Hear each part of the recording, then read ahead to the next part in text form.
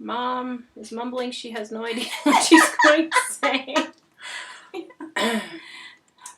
And let me think. I'm missing a step here, and I'm trying to think of what. Just to sound like God coming from the up above. Wait, you want to make sure you're online? Oh wait. Oh yeah. So you're online on there. I think you're here. Click on OBS over here.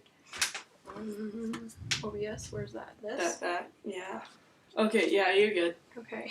Sorry guys, we're trying to set this up. We're still trying to figure this out. Yeah. This is only day number 2 of having real doing it on the computer. Good video, and now we're in the middle of a thunderstorm. But whatever. You know, we can deal with it. So let's see. Facebook. Where is Facebook? Facebook is this one. This is Facebook? Yeah, it's Facebook. I'd open up a new tab though. Well. Okay, Facebook. This is like the blind leading the blind. Yes, it is. Yeah. Hey, I'm not blind. Okay. Why did you say blind leading the blind? Get your computer online. I'm leading you guys, and I'm not the blind. I'm the IT tech guy. Okay, so I think we're live. Just a second, let us get situated here. There's some people. Hello from Iowa. My son would love your Minecraft shirt. Hey, show your shirt, Dave. Yes. Oh, wait. I got Minecraft shirt. Yeah. Let me see. We're running a little late here today. Why does your computer not work with? We're trying to figure some stuff out. That Can belongs you to go? the mouse. I know. I was trying to do it without the mouse. Dave, can you go get the mouse to get Here's the mouse right here. You can't just interchange them. You can't interchange mice.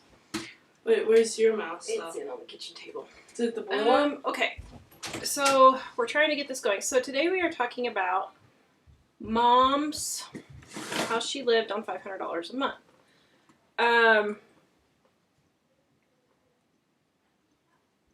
How to survive it too. And how to survive it. Yeah, there you go. I think surviving is the biggest problem. Yeah, it really is. Let's see. I'm not getting YouTube here. 3 people. You're not getting YouTube? Okay. Yeah, I guess they're now they're there. Yeah, there are 3 people. I should. They're streaming right now. Yeah. Yeah. We're trying to figure some stuff out. Like, we're trying to get the chats and What's everything. the best way to keep teens off electronics for the summer? Christine, if you find out, let me know. Unplug it, pull the battery out. There you go. Or just turn off the breaker for the entire house. From the mouth of a teen. You know, I have no idea. We have the same problem. It's always a pain. Well, and I wonder if it helps if you would do you can do it this certain hours, time of day. This video Or is give them not a certain amount of sponsored. time. yeah, it helps, but I don't know. Okay, scooch closer, Mom. This video is not sponsored by Gobstoppers. It's not sponsored. I get it. Okay, thank you, Dave. See ya. Bye-bye. Bye, Dave. Okay. I think...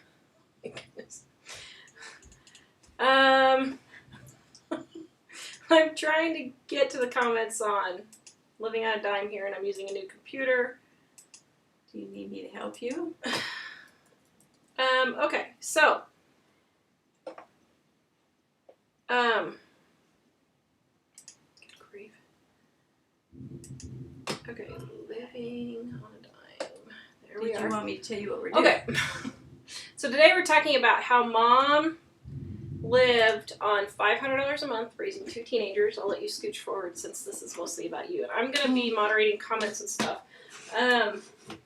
And this was in the 80s and 90s and late 70s. So, but the principles haven't changed. And what she went through to do it hasn't changed. Hello, William and Isaac. Hi, guys. We're saying hi to you guys. I'm going to be moderating comments and throwing links in there when people ask for them while Mom's talking. Throw in questions. We'd love to answer your question. It really helps. Yeah. So, this was in the late 70s and 80s. Mostly 80s and 90s. Very early 90s. Only like 91 to 3. So, 90, yeah, somewhere around there. And if you hear rumbling in the background, we're in the middle of a thunderstorm, so I hope we are able to stay on. But the principles are still the same today. So you know, probably $500 back then would be about $1,000 today, probably. It's the same principle and it's the same mindset. And, you know, we just can't keep making excuses when we don't have any money. Sometimes you just have to go and just do it. And you may not want to do it. Can you give me that pencil, please? But the principles are the same. So, Yeah, the main ideas. Well, I thought what I'd do is, some have asked for me to tell my story, and I will try to throw in towards the end a few tips, Tara might pop in too, of what I did exactly to save the money. But I think more so than anything, I can give you all the tips in the world, and they won't do you any good if you don't have the umption, the wherewithal, the right attitude, whatever you want to call it, to actually go through and follow through and do the tips. So today I was going to try to just touch on a few things to help you learn to get the mindset, you know, to do that and everything. When it started, though, I wanted to tell this real quick. It's kind of off my story. Well, I was raised, my mom taught me, we weren't poor necessarily, but she just taught me how to be wise with my money. Everyday life, she would save money, she would be careful, and I just grew up learning that you didn't waste things. I didn't even know what recycling was. I still don't consider myself a recycler because I just used everything and I didn't waste anything, and that's the way I was raised. That's the way I raised the kids without realizing it. They watched me and what I did with my money. People say, how do I teach my kids on, you know, wise money management? You teach them by you doing it yourself. That's all there is to it. I never sat down and said, here's how you do a checkbook, or here's how you do the accounting. They watched me, and I didn't realize how much they watched me until one day they were about 10 and 11. I needed bread at the grocery store. So I sent them on their bikes for the very first time by themselves to the grocery store to pick up bread for me. Pretty soon they were gone much longer than they should have been. And I was getting a little concerned, wondering if I should go off, you know, run down to see what happened. They came peeling down the driveway, running in the house, both of them, so excited. Their faces were beaming. I mean, they were just beyond excited. They said, look what we got. We got a loaf of bread off the discount shelf. I mean, what had taken them so long was they had scoured the whole grocery store, reading the price on every single loaf of bread until they found the cheapest one. I didn't even tell them to do that. They just watched me do that so many years. And I think one of the points, besides the fact that it taught them how to do well with their money, they felt good about themselves. We have so many books nowadays that show that is on teaching kids to how to have confidence. You know, have your teenagers have your confidence. There goes one confident. Larry, he was warning me that we're getting lightning, so you might lose us. If you lose us, we'll start again. But they were so proud of themselves. They felt so good about what they'd done. But they have books that teach young girls how to get confidence, or young boys how to be confident, or they trying to teach this in school and all this type of thing. You know, the kids learn something. We don't teach our kids at home on a daily basis on how to, by making them do something like, first of all, they probably didn't want to ride their bikes down the grocery store, first of all. But when they finally did, and they were so proud. So that's how you teach your kids. I learned that way. I taught my kids that way. And people say, how do I get my kids to do it? You have to be the example. You need to learn how to do it. Your kids aren't going to learn one thing from you unless you learn how to do it. So I was raised on that. Then I taught the kids how to do it. Well, then I got married, and things were fairly tight, but we were about average as far as income goes. And a few years into our marriage, my husband got laid off. He was the vice president of the company. We had no idea he'd even ever be laid off. And we weren't crazy spending, but we had 2 credit cards. You didn't have any credit cards hardly back then, but we had a gas credit card and for furniture, and we maxed those out. And because we thought, you know, no problem, he walked in the door one day and said, I don't have a job anymore. We just paid all of our bills for the month. So we were out of money. We had no savings. We had no more paycheck coming in. So we went 3 months with the only money we lived on was what he got from teaching piano lessons each week, which wasn't, huge, huge amounts.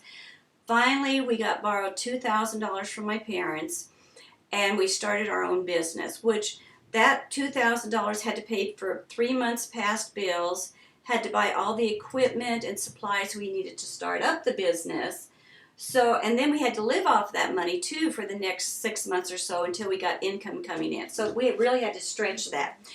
And so we did the business, and things were really tight. And I remember one time we went and delivered parts back to Colorado. We had to drive them back there where my family was living and deliver these piano parts. And things were just so tight. And we got home from the trip, and that morning I went to buy just a handful of groceries like milk and eggs and bread. And while I was at the grocery store, I remember walking by the tomatoes thinking, oh, I would kill to have a tomato just to be able to taste a tomato again. Now, you wouldn't think that was an expensive item, but at that point in our lives it was. And you have to start thinking, I maybe can't afford a tomato, and I couldn't. And I just walked on past them. I went to check out. There was a Women's Day magazine and Family Circle, that type of thing. And I thought I'd give anything to be able to just actually open one up and read it, relax at home. But, I couldn't buy a tomato. How could I justify buying a magazine? I got home, and my husband was given a piano lesson. I was putting a handful of groceries away, and I walked into the other room when he got finished. And I'm telling you this because it wasn't just my attitude. And I wish I could say I was this very smart person. I try to tell my kids I am, but I wish I could really say this, that I was just so courageous and so smart and so everything. But probably 99% of what I did, 100% what I did, was totally on faith. If God hadn't pulled me through time and time again, we would never have made it. I would never have made it. And I walked into the other room when he was done with the piano lesson, and I'll never forget it because there on the piano bench sat, we had four pianos in this room. So on one of the piano... The business that they started was player pianos, Nickelodeons. They actually made the piano. We're talking parts the piano. Stuff. So they made the parts that go inside to run player pianos and Nickelodeons. Nickelodeons, that type of thing. So we had lots of pianos. Lots of pianos. And I can't play the piano. And on the piano bench was a stack about, there must have been 20 to 30 Women's Day and Family Circle magazines. I didn't know it, but my grandma, before we left Colorado, had told my husband, stick these in there for Jill. And then next to them was a box of homegrown tomatoes. The piano student that had come that day had given my husband a box of homegrown tomatoes. I looked at those two things and I didn't know if I should laugh, get excited, or cry. I longed for those tomatoes and those magazines so bad, and to walk home and walk in there and find those was just the beginning of so many other things that happened like that continuously. So fast forward then a few years, and my husband and I separated for a year. The year we were separated, he racked up tens of thousands of dollars of business debt. The whole year we were separated, he didn't pay the house payment. How he got by with it, I don't know. Didn't pay the mortgage. He didn't pay any of the utilities. And then he got all these debts. We didn't have credit card debt, but it was debt to our business suppliers.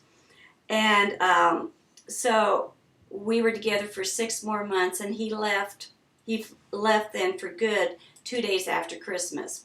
Now you've got to get the whole idea here. The day he left, I had $10 cash, no savings, no credit card, no money in my checking account. I had no family that I could turn to for help. I had no friends. We just moved back to Wichita, so we didn't have a church family at that time. And I basically had nothing but the $10 and the roof over my head. Barely that because the mortgage hadn't been paid on it. And it was Friday. In Wichita, over Christmas and New Year's, everything shuts down. All the factories, companies, and businesses, except for retail, shut down. I didn't have a job. I hadn't worked 12 years.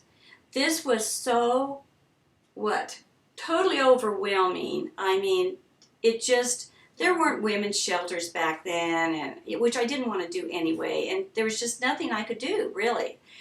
But I was very calm because I thought, God had showed me in little ways. He built my faith up in small things. That's why you don't need to panic when little things happen, because He may be building your faith up to keep you strong so you can handle any crisis that comes.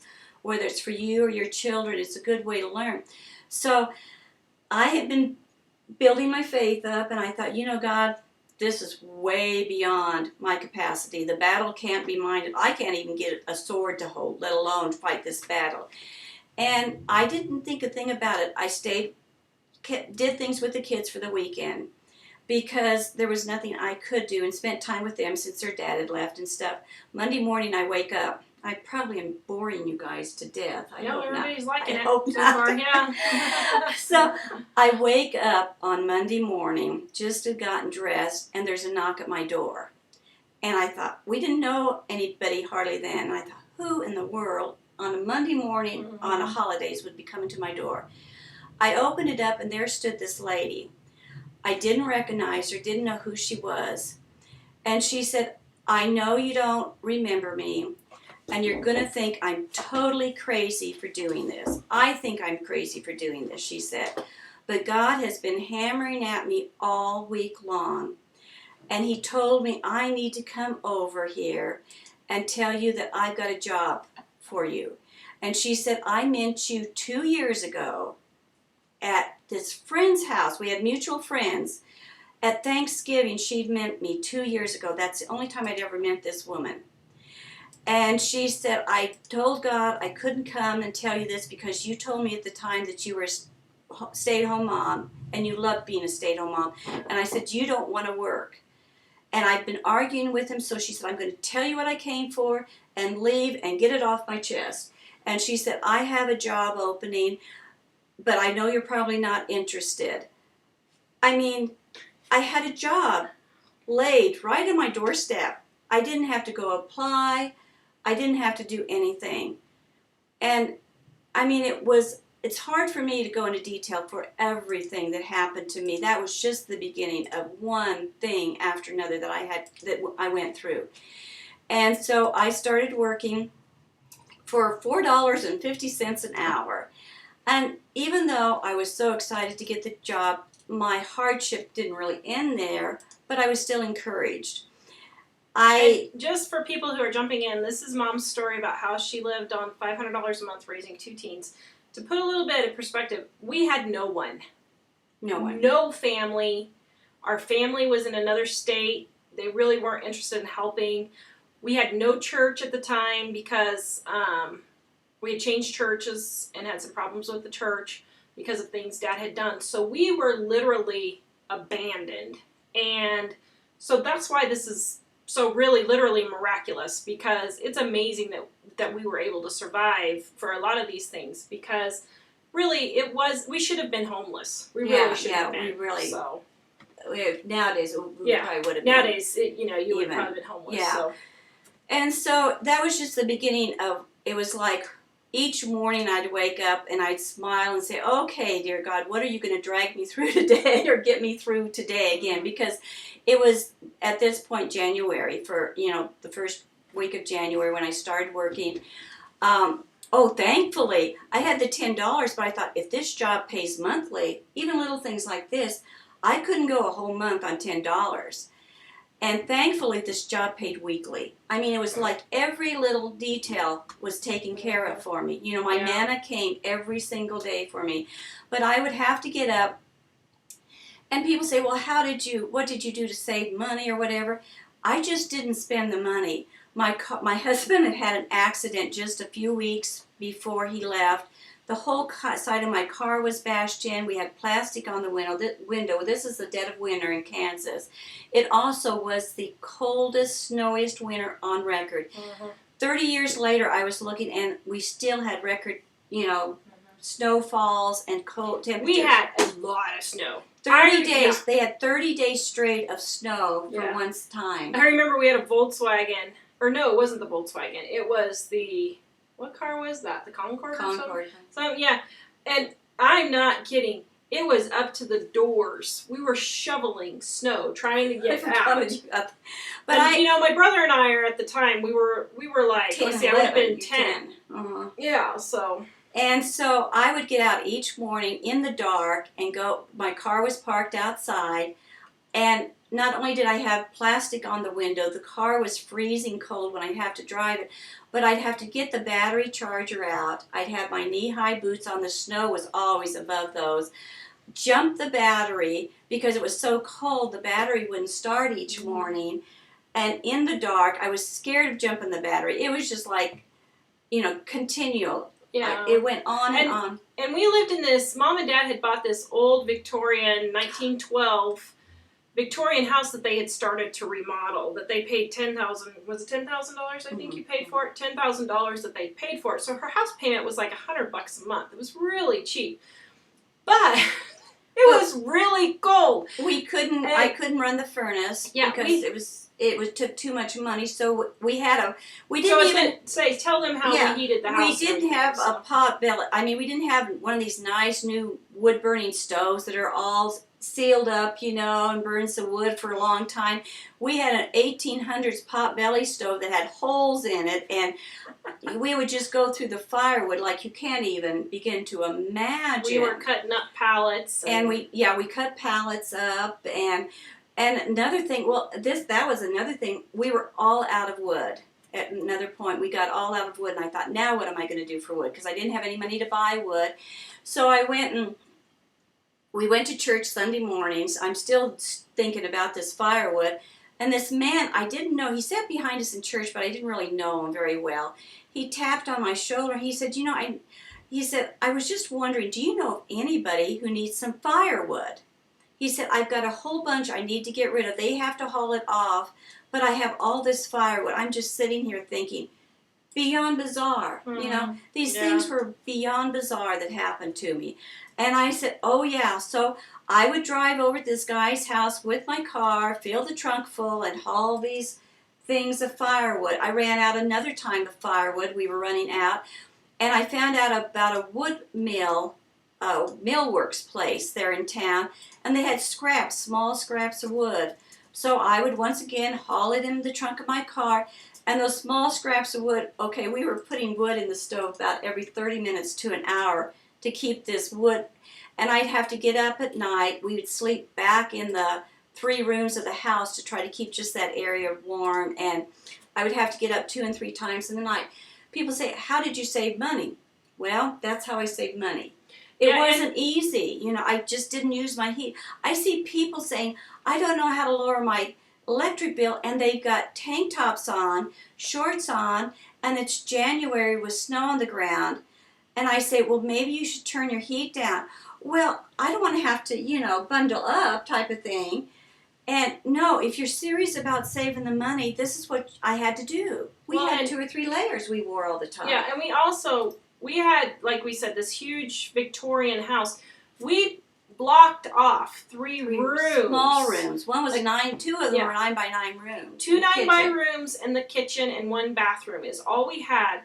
And we had a door on the kitchen that went from the kitchen to the dining room and living room then. So we closed that door, and we would live in those 3 rooms in the summer. Or in the winter. Well, and in the summer too, actually, because we would air condition only those 3 rooms in the summer. So for about 9 months out of the year, we just lived in those 3 rooms, and we would run back and get our clothes on for school in our rooms, and then go back in and get cold. Well, we had this sink. She says we had a bathroom, but the bathroom we had only a toilet and a shower.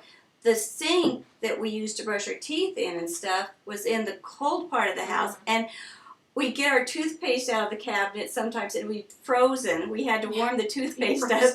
So now we're talking extremes here, and I think to people, so many can save in so many ways without doing this extreme. But I'm telling you this to see how far you could go if you had to. You know, really. Yeah. My roof would leak. The roof would leak. we had a kind of neat setup at one point because the roof would leak. And we went to church one morning. We had deluge. Got home, and we had a 5-gallon bucket under the leak. Well, it rained so hard, and we were gone long enough that it overflowed down from the attic down into the living room onto the carpet. So the next time we rigged up, my husband, we were together at that time. My husband rigged up this thing where we had the 5-gallon bucket under the leak, and so then it would come through the ceiling. So we set the 5-gallon shop vac down under the leak there in the living room. It had the hose about 3 inches from the top of this bucket that would go.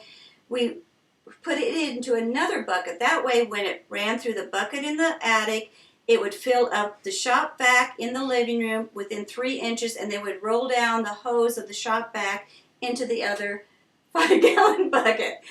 We had to be inventive. We didn't have money to spend. People would just go out and pay to have the roof fixed, and do that. Yeah. Then it got bad enough after my husband left. The leak got way bigger, and so I took a small. I hate to even tell people we did this. I took a small child swimming pool and put up underneath the leak in the attic because the leak was getting so bad and the area was so big, and so I did that. But then I'd have to take a coffee can and dip it, walk it back and forth, dip it. This was what, we lived through and how we did things. Mm-hmm. And so when I see somebody standing holding a Starbucks coffee, and they have admitted to me that they usually get 3 a day, and they say, I have no clue how I'm going to get out of credit card debt. I'm standing there looking at them, and I really try to be patient and understanding. But I went for ages where I couldn't even buy coffee in a container to make it home. And I had one person come over and say, I feel so guilty because every morning I get up and pour out a half a cup of pot of coffee that I didn't drink. And here you don't even have any at all. Mm-hmm. And I thought, we throw out so many leftovers. I used every speck of food. I had to use every speck of food. Mm-hmm. Do we have any questions? No question, Jen. I think everybody's just listening with bated breath. Oh no, I hope I'm not. It's okay. Has anybody got any questions? Let us know. I'm putting links on Facebook. I'll put them in later for YouTube. At this time was when I learned how, if I would buy a pound of hamburger, I would take and fry it up, and I would take that 1 pound of hamburger, and if the recipe called for, say, a casserole and it called for a pound of hamburger, I would only use like a half or a third amount of hamburger. Mm-hmm. And use noodles and stuff for filler. I would make that hamburger stretch. And that's when I started learning, how to stretch my meat more. A roast, I would love to just slice off roast and eat it as the roast itself with mashed potatoes. But instead, I would shred it and put it in like beef and noodles, barbecue beef. You could stretch it farther. Mm-hmm. I started learning how to stretch. Oh, one time, my husband was still there at that time, but things were so tight. It was when we were doing the business, and I was down to a container of oatmeal. Now, I had no condiments like ketchup, mustard, mayo, nothing in the refrigerator, no pickles, nothing. I had no sugar, I had no milk, I had no bread. I had a container of oatmeal and a can of sauerkraut. And oatmeal and sauerkraut for breakfast. There you go. And the next morning, I didn't know what I was going to do because oatmeal without sugar, honey, nothing, no milk, nothing. It wasn't going to be a pleasant thing to try to convince the kids this was good. That was even my limit. But that night before, sometimes things were so overwhelming, I couldn't panic over them. I just had to pray that God would figure something out for me. But that night, they had a special speaker, a very famous speaker. If I said his name, everybody would probably know him, that we'd gotten free tickets to go to. We wanted to go so bad. Well, we didn't have money to pay a babysitter. And so we called the babysitter up, and she said, listen, she said, if you want to pay me later on when you get the money, I'll do it just do it for you. So she came in to babysit. We got to the place we were supposed to go. We didn't have a quarter to put in the parking meter. And I thought, well, we'll just have to chance it. It was Sunday, and hopefully they didn't check them on Sunday. I don't know what I was thinking when I thought that. So we went in, still not having anything for breakfast the next morning. We walked out of the auditorium, and we could see our pastor far off. He came running across over to us. This was when we still had church family a little bit. He came running over to us, and my husband was, I guess you'd call him the worship minister. He led the music. Be like the worship pastor is nowadays. Yeah, the worship, but you didn't get paid. That was a little thing. Yeah. You didn't get paid back then. You just did it. And he came running up to us and said, somebody gave me this envelope to give to you, and they wanted to thank you for all you did with the music. And we thanked him, and we opened up the envelope. Now, see, I was going to have oatmeal the next morning. There was a $100 bill in there. We got back to the car. We had a parking ticket. But at least we had the money now to pay for the parking ticket. Let's see. Everlasting Curbs, is that your YouTube name? She says, how did you not let fear overtake you? Or were you focused on God? Or were you focused on how God was blessing you? I wanted to say too, it's not that there weren't times. These times were so bad. There was no reason to be, there was nothing I could do. It was just one of those things. I couldn't be, it was so overwhelming. There was nothing you could do. It was to the point where there was absolutely nothing you could do. So there was no reason to worry about it. There was nothing left to do. I couldn't even worry about anything. Could I do this? Could I do that? Because there was nothing. There was just nothing. Mm-hmm. But you know what? I think what happened, God, when I said God had been preparing me, I had a peace and a calmness at these times that was, there's a verse in the Bible that says a peace that passed all understanding. And it was like God, besides providing the physical needs for us, it was like He provided that peace for me. He provided a peace and a calmness where I could think straight so that if I had to figure something out, I could do it. People have got, the main thing, if you don't get anything else from what I say this time, is you have got to get over the fear and the stress and the worry, the anxiety. They paralyze you. They paralyze you physically and mentally. And that's the first thing that has to go. Any tip you try to do, saving money, anytime you try to get out of debt, it won't work one bit unless you get over that fear. You've got to get confidence. Okay, things are a real mess now. And there's not a whole lot I can do. But I'm not going to worry about it. Get rid of that. I'm not going to stress over it. I'm going to use my mind instead to figure out a solution. If that solution means that I have to drink tap water instead of bottled water, and I can't worry that it's going to give me cancer or something. I can't worry if it's environmentally safe. I was to the point, I'm tired of, okay, this is going to sound harsh, so I don't want to make anybody really mad here. But you're going to, so we'll take it. But I had to worry about my children and feeding them at that time. I couldn't even worry about the environment. I'm sorry. It was more important. So I couldn't worry if I was not buying bottled water or not doing some different things to save the environment. I had to feed my children, and I didn't care what it took to do it. I would do it. Part of the problem nowadays is people really have it super easy. Yeah. The poorest of the poor are not poor here at all. No. And if you're going around with a $1,000 iPhone and you're on welfare, you're not poor. Well, that's part of why I'm trying to explain to you.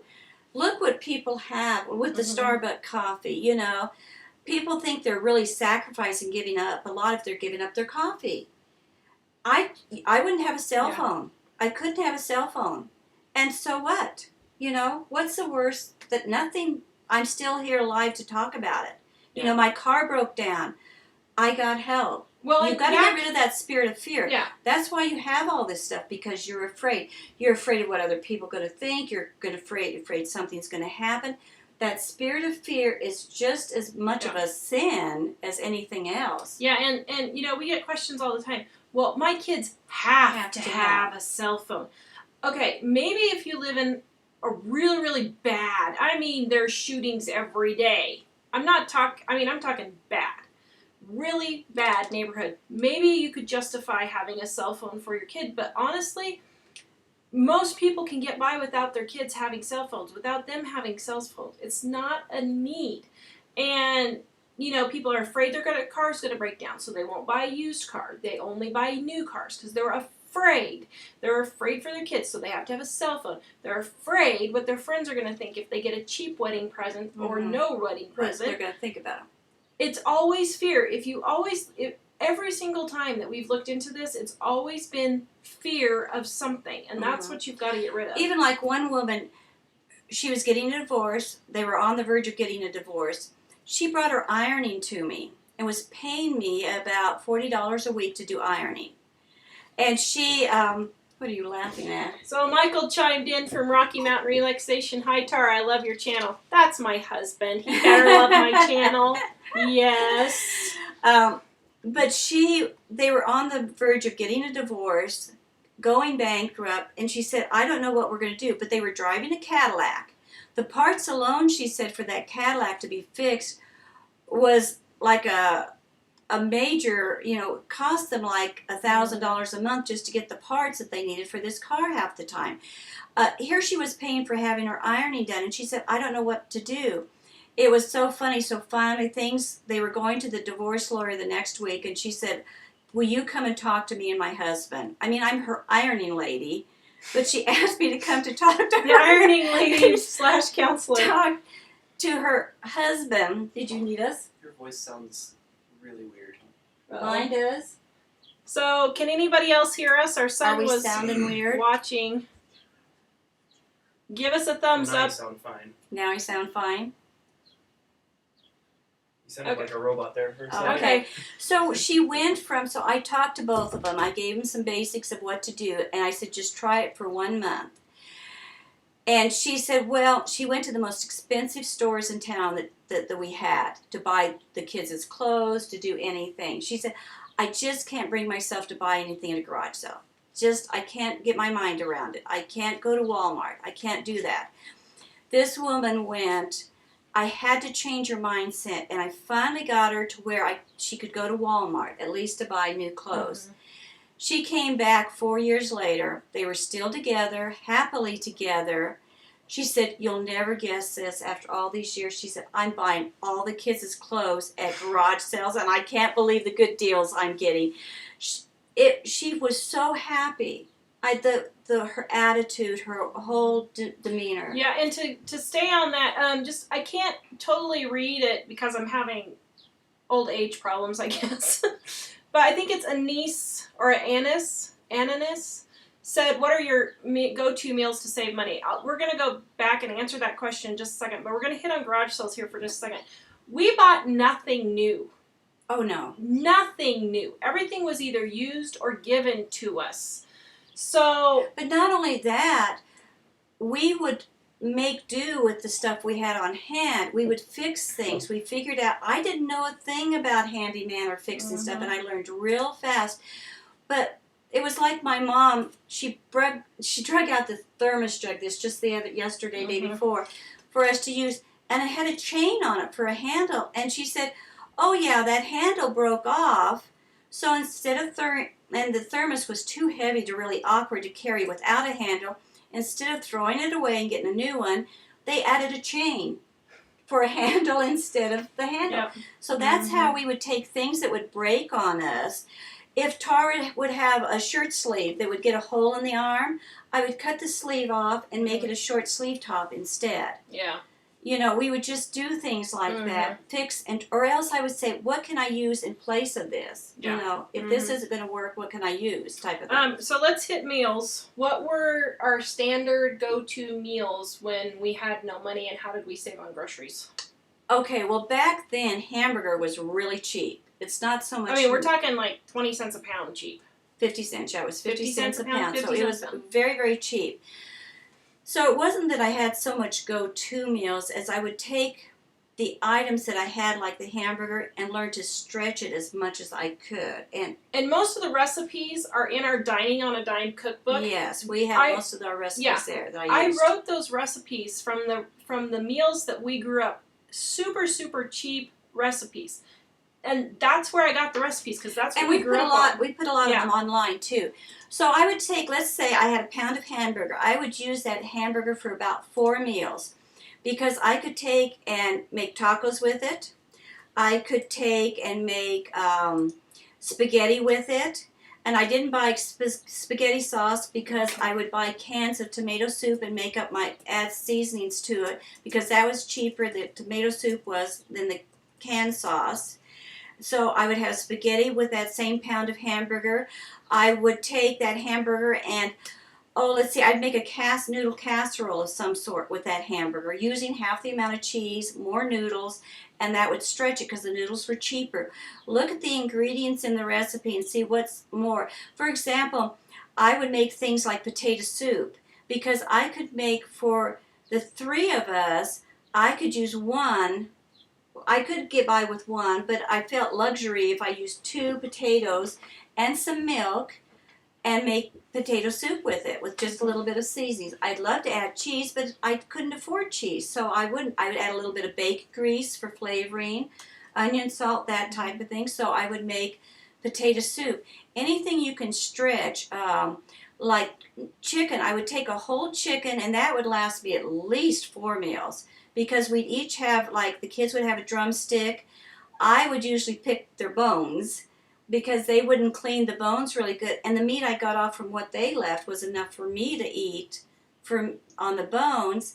So then I would take the other pieces of the chicken and I would make chicken and noodles.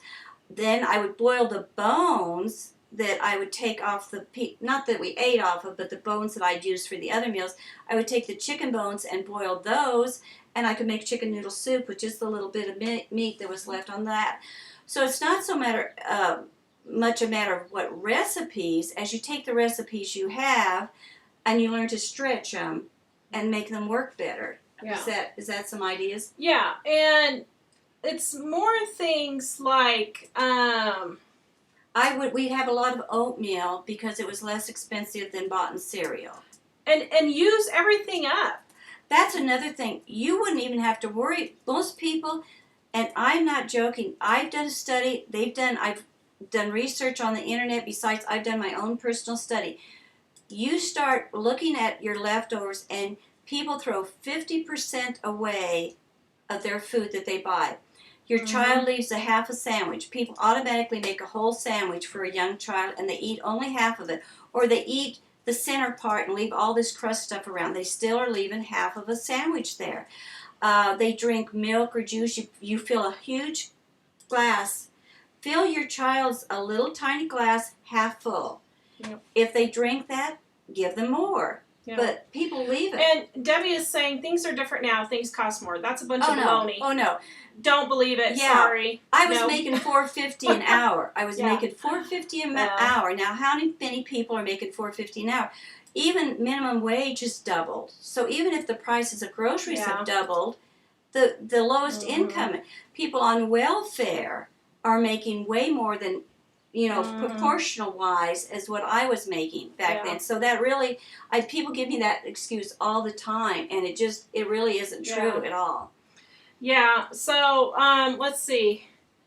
Nick next says I think taking a large piece of meat with bones and stretching it out over several meals, including soup, is called rubber chicken. Rubber chicken, rubber turkey, rubber ham. Yes, that's true. We get 3 meals out of 1 chicken at least. Yeah, and like on a ham, instead of serving slices of ham, take that slice and chop it up with potatoes to make like scalloped potatoes. And that can be a meal. That way you can take 1 slice and make into scallop, or 2 slices instead of serving 4 slices. So you're using half the amount of meat. It's called depression cooking. I mean, this is not anything new. No, I wish I could say I thought of all this, because I didn't. I learned it from my mom. I learned it from my grandparents, type of thing. Yeah. So, let's see. Does anybody else have any questions before we go on? Let's see. Do you have a set amount that you would put aside every month?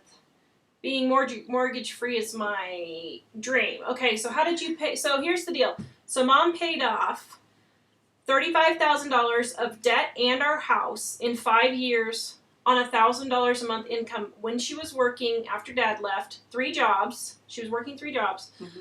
After Dad left, she paid off $35,000 of debt on $1,000 a month income in 5 years. So, how did you do that? Well, for the mortgage, what I wish I'd known sooner, and I didn't know, and people don't always know, if you can apply even if it's a small amount, if you can start applying the minute you get a mortgage, a chunk to the principal, of any house, that starts helping you to get started. Yeah. If I had done that when we first bought our house, if I had put 10x, now I know it's quite a bit more now. It would be quite a bit more now. Maybe even 10 times more. But even if you did that, but in proportion, you are making more money nowadays. But if I'd done $10 extra on my house payment, I would have had it paid off in like 7 years instead of 15 years. And I didn't know that. And just by adding that extra $10 every month, I could have done that. So start adding a little bit extra to your principal. And then it's just a matter of finding an area that you can save on groceries. Take your kids out of soccer. Take your kids out of music stuff. I know they're going to die of something if you do that. And take all that money you put into that type of thing into your house payment. Once you get your house payment paid off, then they can take up soccer. My kids, it's so funny. I didn't have my kids in any of those things. The kids from the neighborhood would come over to my house and play soccer in my backyard.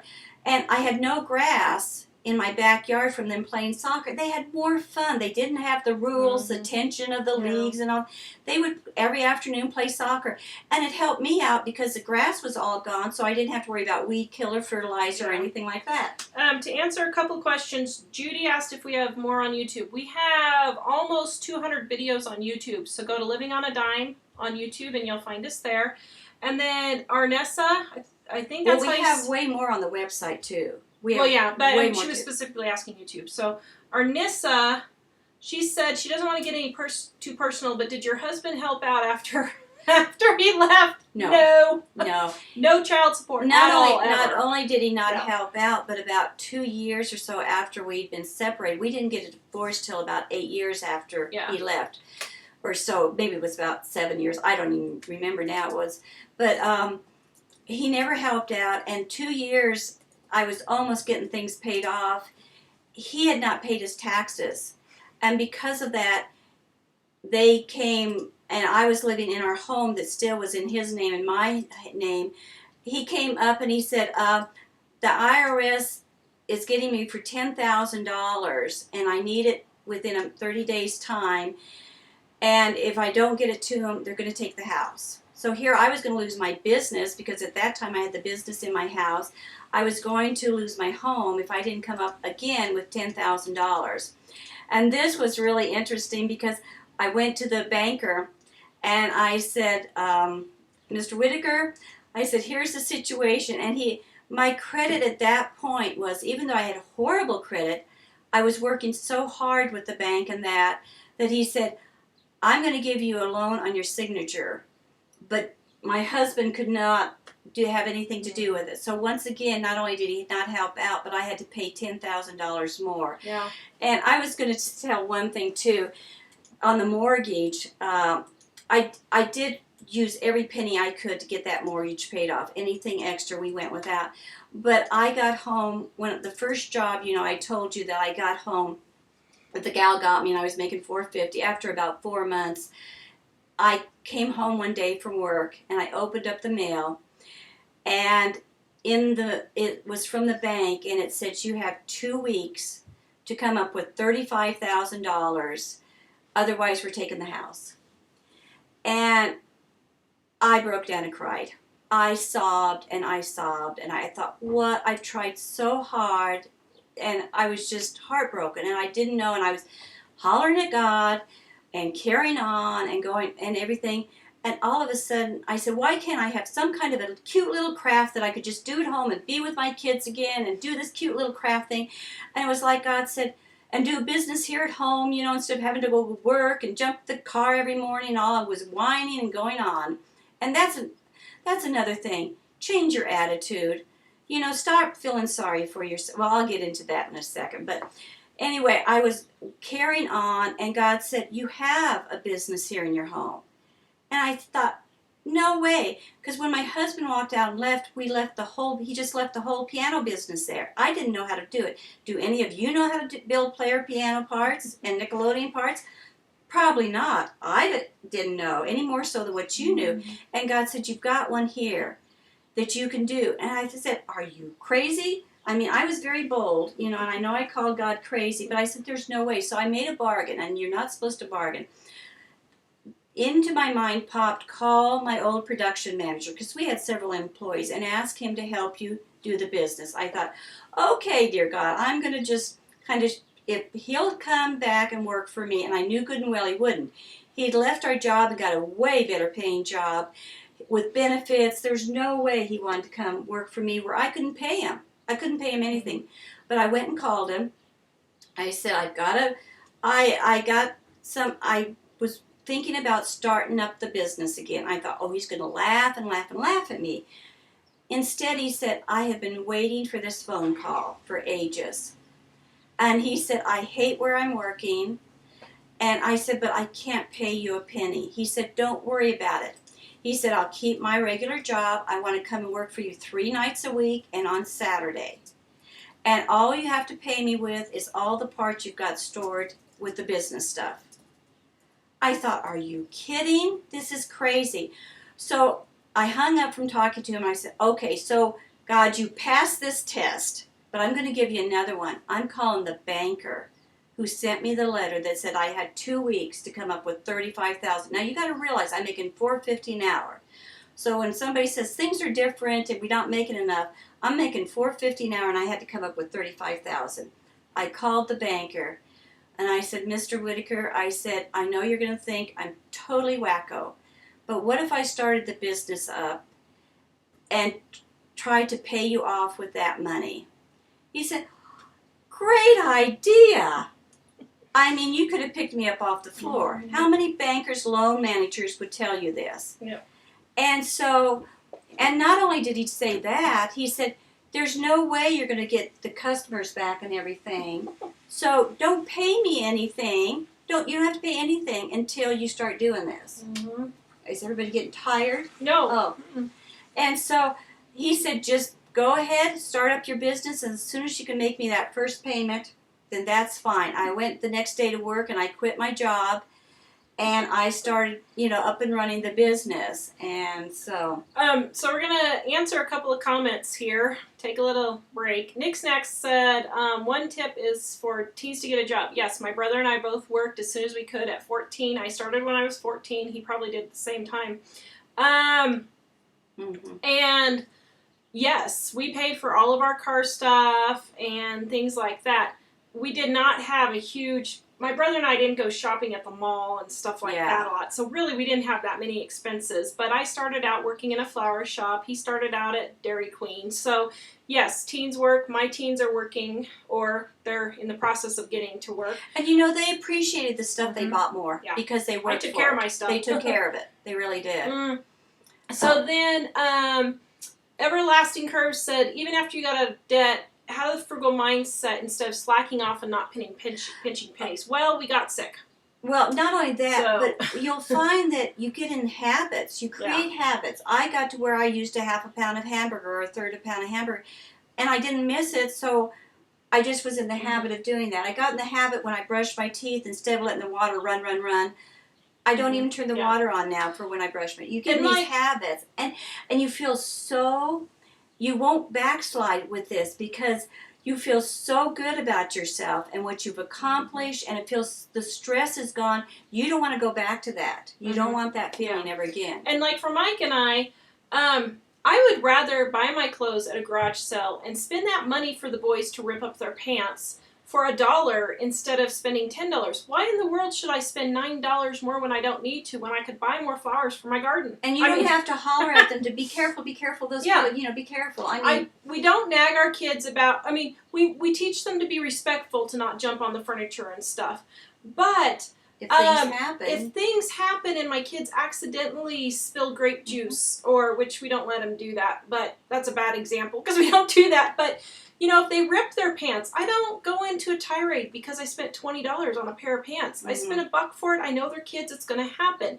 So for me, frugality gives me a lot of freedom in that Mike and I do not argue. Mike, if you're still on there, do we argue about money all the time? I don't worry about stuff getting broken and things like that. So, that's why should you spend extra money when you don't need to? Now, someone said, how did you handle your kids' social needs, the needs created by peer pressure? Did your kids know the money problems at what age? Yes, we always knew what was going on. Mom always explained it to us very nicely. She would say, you know what? We don't have any money for groceries today, so we're going to have to see what God's going to do for us. It was just so much ingrained part of our life. They didn't, and you know what? It goes back to that confidence. Because we felt so good, we figured out how to fix something. They were so proud of their loaf of bread that they found on a discount. They were building confidence. Peer pressure did not affect them.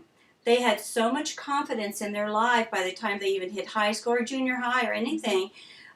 That's what happens with peer pressure. Kids give into peer pressure because they don't have the confidence and self-esteem. I never even once thought, I wish I had those Nikes that someone else had. Oh, Nikes. Now, my son went in high school, had his shoes, or his junior high, his shoes, the sole came off of his shoes. I had no money to buy him some, so I hot glued his shoe each morning, the sole of his shoe to the top of it.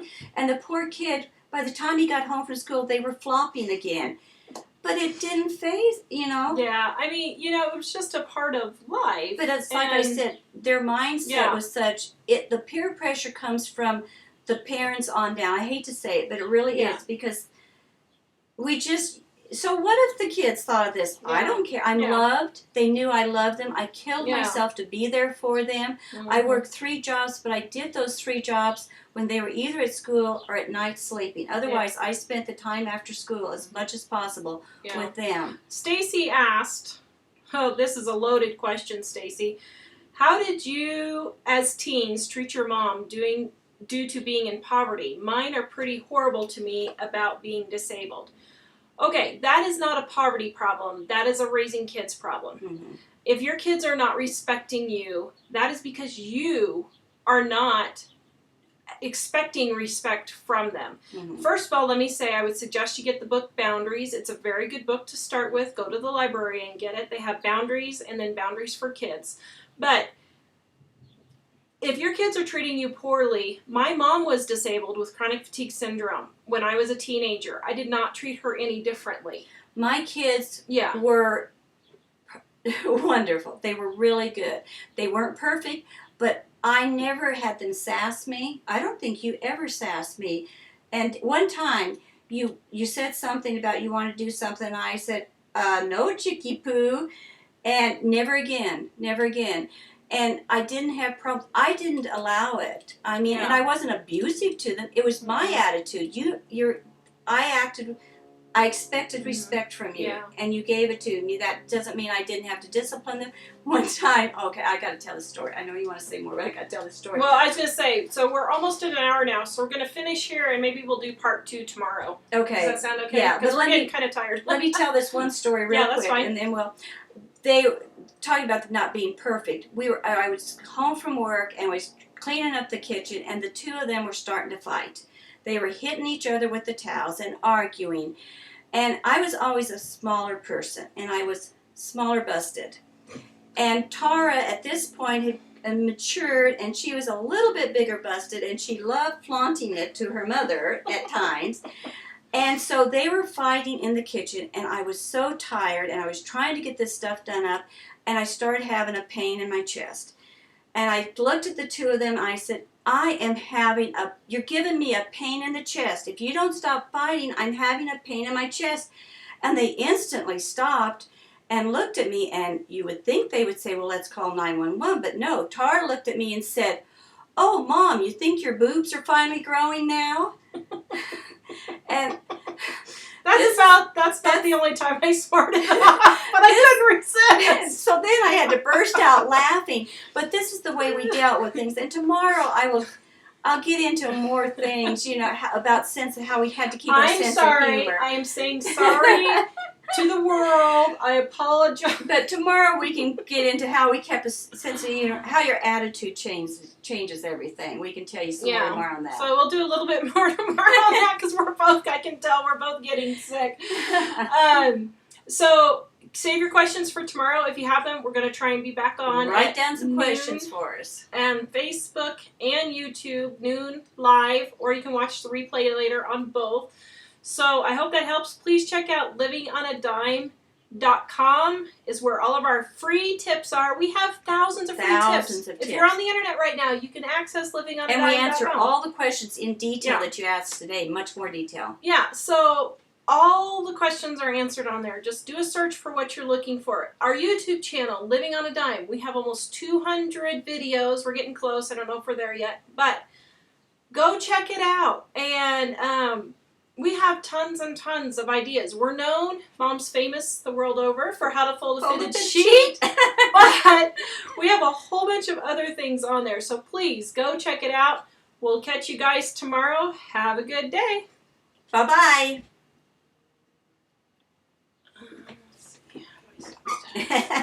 We're still live. Okay, so you're welcome. Everyone's still on YouTube because I can't figure out how to get out. Let's see. Is this it? Oh, wait a minute. Here it is. Okay.